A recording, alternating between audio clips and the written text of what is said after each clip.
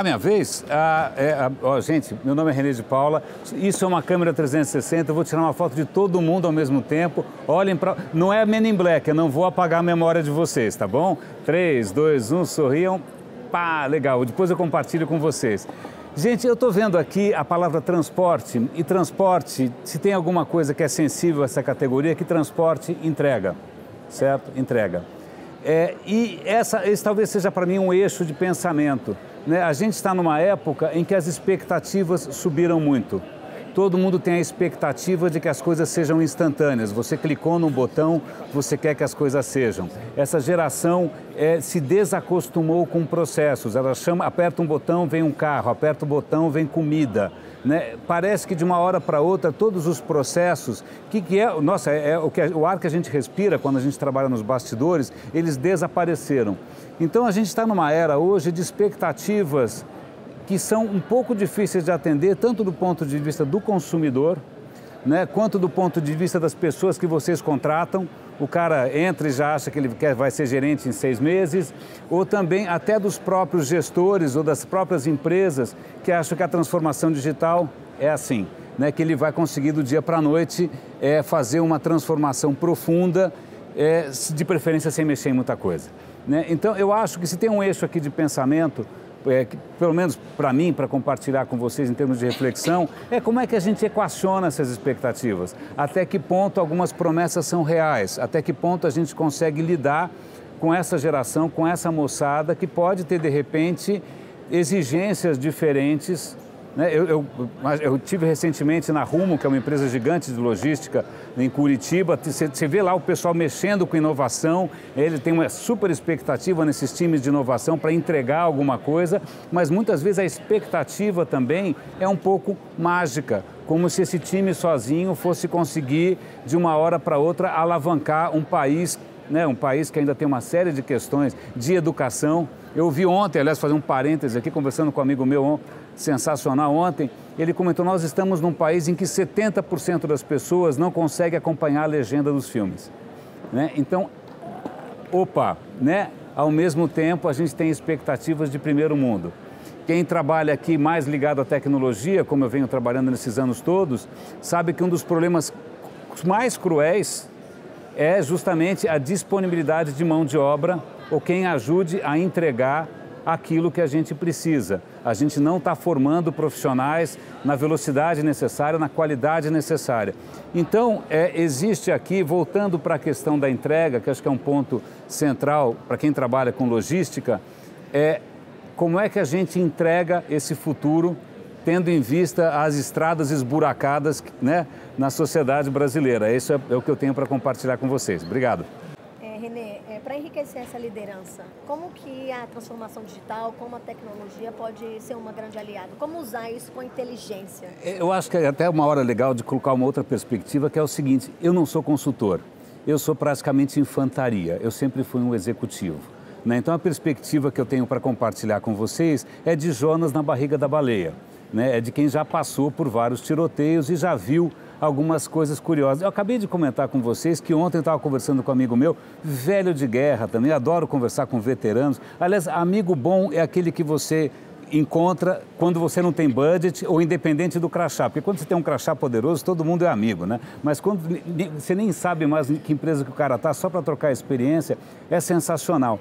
E uma das coisas que a gente estava se lembrando ontem com muita saudade, dando muita risada, foram dos percalços desses 23 anos de carreira que a gente tem aqui. Eu trabalho com internet há 23 anos e eu já vi várias tendências, várias ondas acontecerem, várias bolhas explodirem e tal, mas uma das coisas que eu queria aterrissar aqui é o seguinte: transporte, eu estou vendo aquele negócio ali. Quem mexe com transporte sabe que o Brasil é grande. O Brasil não é igual, aliás, o mundo não é igual. Aliás, é muito difícil a gente vir com qualquer teoria, com qualquer verdade, com qualquer proposta que funcione em qualquer lugar. Eu acabei de ver de perto uma empresa brasileira, deixa, não faz mal. Uma empresa brasileira, não faz mal, tanto faz. O ao vivo é mais importante. Uma empresa brasileira apanhando para tentar implementar uma tecnologia japonesa, uma metodologia japonesa, que é o Lean. Eu, quando vi a metodologia Lean foi criada na Toyota, no Japão, na década de 80. Eu acho até estranho que hoje em dia a gente esteja retomando isso. Não, pode deixar como está, pode deixar em qualquer lugar. Palavra, pode deixar no chão.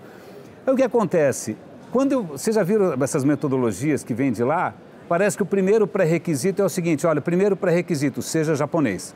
Porque na hora que você vai aterrissar no Brasil, as diferenças culturais no mundo inteiro são tão grandes que se você forçar uma metodologia dessas, vira pantomima.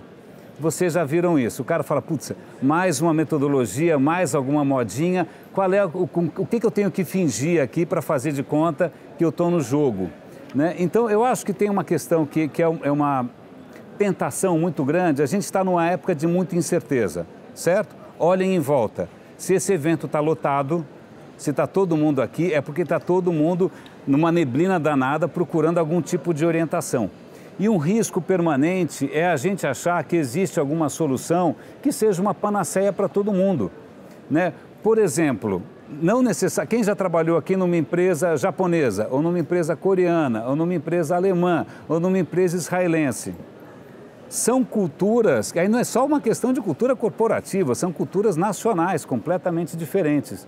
Eu ontem estava conversando com esse colega meu, quando você trabalha muito tempo numa empresa americana, você aprende bastante coisa, né? Você aprende a ser mais pragmático, mais objetivo, né? mais eficiente e tal.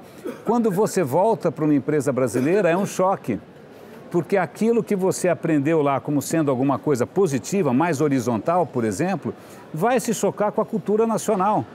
Não necessariamente em São Paulo, ou em BH, ou em Porto Alegre, você consegue negociar ou se relacionar com as pessoas da mesma maneira que você se relaciona em algum outro lugar. Então, existe uma especificidade local. Quando às vezes eu falo, não, a empresa tem que ser assim, assim, assado. Cara, o dono está lá. O dono vai ser o dono. É aquilo que a gente tem. Como é que a gente faz para trabalhar com aquilo que a gente tem e respeitar as possibilidades, não só daquela cidade, daquela cultura, daquele business. Alguns business são muito, muito, muito engessados. Vai você sozinho mudar a regra do jogo? Não, né? Você tem que realmente esperar que a coisa tenha uma certa massa crítica.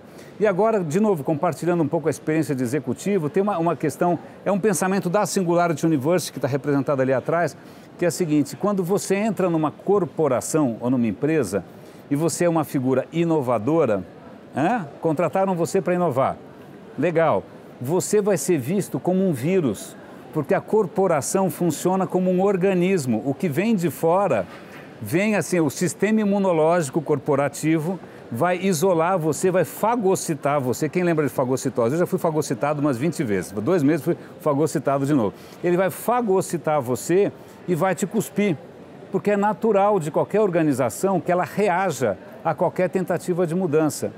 Nós somos uma criatura bastante conservadora por natureza. A gente gosta de mudança até a página 3, mas não muito, desde que não coloque muito em xeque. Então, o desafio que eu vejo para qualquer empresa, na boa, qualquer empresa, existe uma pletora, uma quantidade absolutamente extraordinária de metodologias, livros para ler, etc, etc, etc. É como você aterrissa isso. Se você tem um time de inovação, como é que você protege esse cara para ele não ser fagocitado?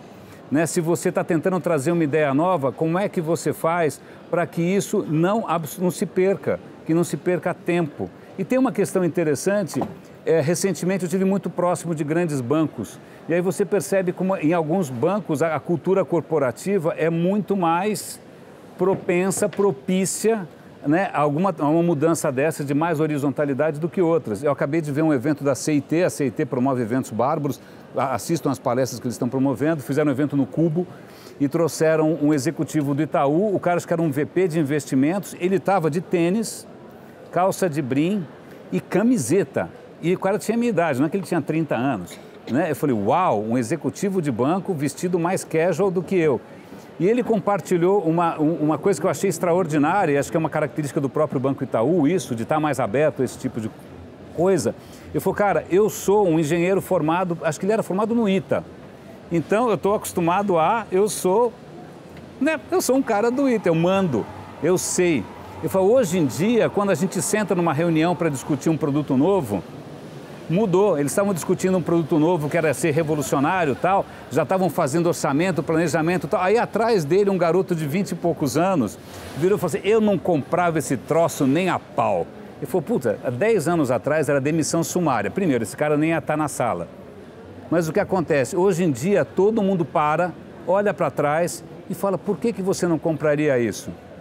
Porque, o Claro tem um não sei o que no pré-pago que é muito melhor do que isso. O que acontece? Os executivos todos viviam numa bolha, eles não têm ideia de como é que é a vida do pessoal lá fora, não foram a campo, tá aí o negócio do transporte, não pegaram a estrada, não sabem como é que é, né? Desaprenderam a ouvir e hoje eles estão começando a incorporar isso. Assim, grandes empresas estão conseguindo fazer isso, mas esse executivo deixou muito claro que isso não é fácil, porque na hora que você tenta fazer isso, você desautoriza pessoas que têm poder há 20 anos. Salto alto não sai, gente. Salto alto é super bonder.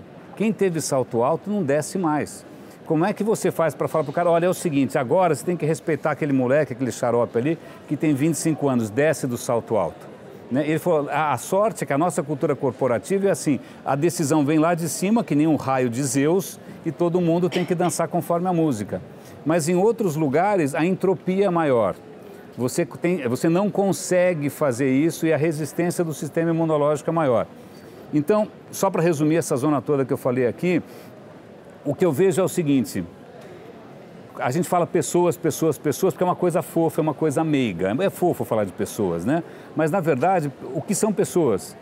Né? Pessoas têm agenda, pessoas têm interesses, pessoas têm expectativas, pessoas têm culturas, pessoas são gaúchas, pessoas são, sei lá, soteropolitanas. Vai tentar trabalhar de um jeito XYZ em Curitiba ou vai tentar mudar a cabeça de alguém que sempre trabalhou assim na cidade do México. Eu até recomendo para vocês um livro fundamental para a gente começar a recuperar essa questão da cultura, e não é só cultura corporativa, é cultura humana mesmo.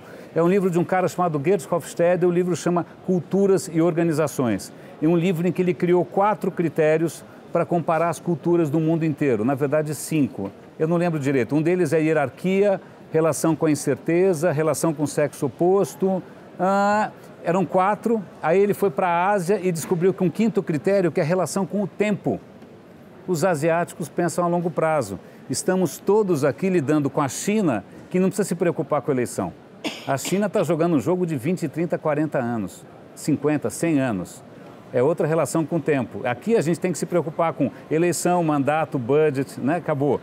E aí esse cara, nesse livro, na hora que ele compara países, por exemplo, eu citei o México. O México é um dos países que tem, por cultura, por natureza, a hierarquia mais pesada de todos os países. A questão hierárquica no México, não sei se alguém já trabalhou numa empresa mexicana, a questão hierárquica é assustadora. Você vai para um país como a Holanda ou um país como a Dinamarca, são países tradicionalmente horizontais. Então vai você dar uma de dinamarquês no México, ou vai você dar uma de mexicano na Dinamarca. Né? Então é só para a gente começar a levar em consideração que essas coisas, voltando para a questão do transporte, eu não consigo parar de olhar aquilo, tem uma cartografia, tem um mapa. O mundo é uma estrada esburacada. Né? Como é que a gente aterrissa ideias que vêm do Vale do Silício? Cara, no Vale do Silício, qualquer um de nós aqui faz, puxa a gaveta, tem dinheiro. Né? Onde já se viu, né? Se sacode a árvore, cai desenvolvedor. Então, como é que você aterrissa essas ideias todas que às vezes pairam no mundo ideal com esse dia a dia da gente, que é um dia a dia, alguém já falou que o Brasil não é para amador. Né? Então, a questão é, o que a gente é capaz de absorver, como é que a gente consegue compatibilizar a expectativa de todo mundo com aquilo que a gente efetivamente tem em termos de recursos humanos, em termos de vontade dos líderes, em termos de potencial da empresa, do caixa que ela tem. Então, assim, eu estou tentando só chamar a atenção para o mapa. Mapa é bonito, né? Estrada esburacada são outros 500. O tempo da gente está quase acabando. E eu acho que existe uma mudança que a gente não pode negar. Foi-se o tempo em que as pessoas precisavam da gente para se virar. Está aí a última greve dos transportes para mostrar que a gente empoderou todo mundo e eles se viram sozinhos. A questão é, como é que a gente atende essa expectativa antes que o cara atenda sem a gente? Antes que ele acione um aplicativo, antes que ele chame um Uber. A questão é, isso é absolutamente revolucionário. A gente nunca empoderou tanto todo mundo. E a gente nunca soube, na verdade, a gente imaginava o que as pessoas queriam. A gente imaginava. Hoje a gente está vendo o que as pessoas criam. Eu sempre trabalhei com comunicação, eu estou chocado. Eu descobri que o que realmente o país quer é criar um SBT de novo, né? Uma coisa meio estranha, mas tudo bem. Né? Mas a questão, eu acho que existe uma diferença. Eu acho que a gente tem que ter muita humildade, porque estão surgindo espontaneamente coisas que não dependem mais de uma coisa centralizada, né? Nós aqui, que na Vila Olímpia, na HSM, estamos aqui, cara, tem um monte de coisa acontecendo lá fora, que de repente transcende completamente. Um exemplo que eu acho que vale a pena ser observado, procurem por um cara chamado Edu Lira, do Gerando Falcões. Ele é um cara, é um líder comunitário que nasceu numa comunidade da periferia. Esse cara hoje senta na mesa com o Lehman, ele senta na mesa com Satya Nadella. Esse cara quer acabar com as favelas, ele quer que favela seja coisa de museu. Esse cara fez HSM, esse cara é da Vila Olímpia, esse cara tem olho azul. Não, a inovação está crescendo porque a gente empoderou as pessoas de uma maneira que a gente nem imagina. Quem aqui tiver humildade vai perceber que a gente não tem a menor noção do que está acontecendo e a questão é, de novo, a expectativa é alta, como é que a gente atende antes que as pessoas se virem sozinhas? É isso aí, valeu.